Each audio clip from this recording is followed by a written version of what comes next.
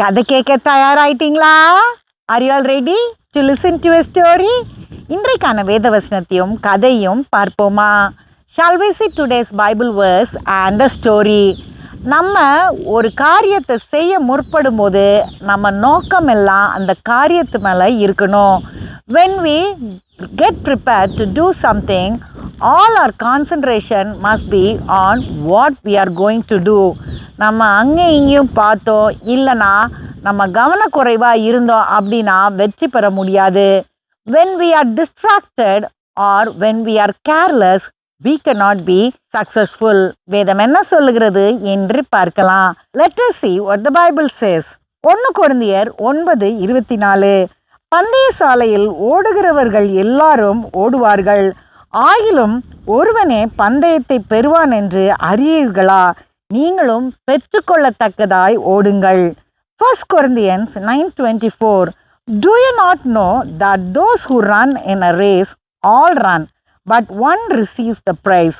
Run in such a way that he may obtain. பார்த்தீங்களா வேதம் என்ன சொல்லுதுன்னு? பலர் ஒரு காரியத்தை நோக்கி ஓடினாலும் ஒருத்தருக்கு மட்டும்தான் அது கிடைக்கும். அப்போ நம்ம ஒரு நோக்கம் வச்சு செயல்படும் போது அந்த நோக்கம் நிறைவேற மாதிரி செயல்படணுமா?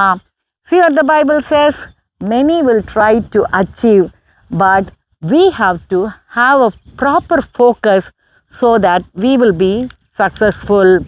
ஒரு முறை சில இளைஞர்கள் ஒரு காட்டு பகுதியில் ஒரு சின்ன பானையை மரத்தில் கட்டி விட்டுட்டு அதை வில் அம்பு வச்சு உடைக்கிறதுக்கு முயற்சி பண்ணிட்டு இருந்தாங்க.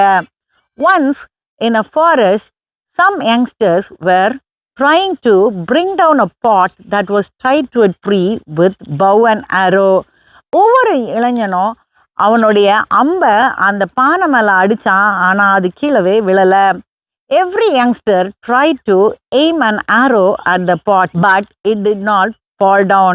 அந்த வழியாக ஒரு துறவி வந்தார். இவங்கள பார்த்து சில காரியங்களை அவர் சொன்னார். A hermit came by that side.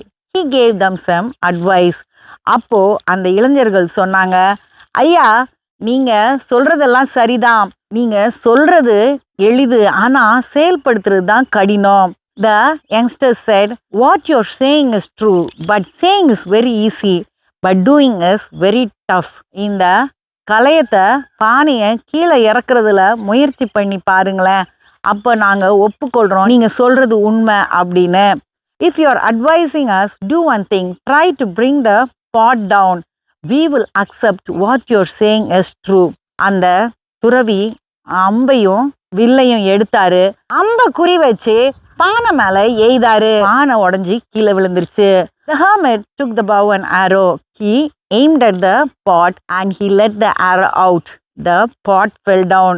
அப்போ அந்த இளைஞர்கள் சொன்னாங்க, பானை கொஞ்சம் அகலமாக இருக்குது, அதனால் நீங்கள் எளிதாக செஞ்சிட்டீங்க, அந்த பானையை கட்டியிருந்த கயிறை நீங்கள் கீழே கொண்டு வாங்க அப்படின்னு. The youngster said, the pot is little wide, so it was easy for you. Why don't you aim at the rope that was holding the pot? மறுபடியும் அந்த துறவி வில்லையும் அம்பையும் எடுத்து அம்பை விட்டாரு, கயிறும் கீழே விழுந்துருச்சு. Again the hermit aimed at the rope. The rope also fell down by the hermit's arrow. அப்போது இந்த இளைஞர்கள் எல்லாம் அந்த துறவிக்கிட்ட போய் சொன்னாங்க, நீங்கள் எங்களுக்கு போதனை செய்கிறதோட எங்களுக்கு வில் வித்தையும் சொல்லித்தாங்க அப்படின்னு. The youngsters gathered around the hermit and said, you teach us and also train us in archery.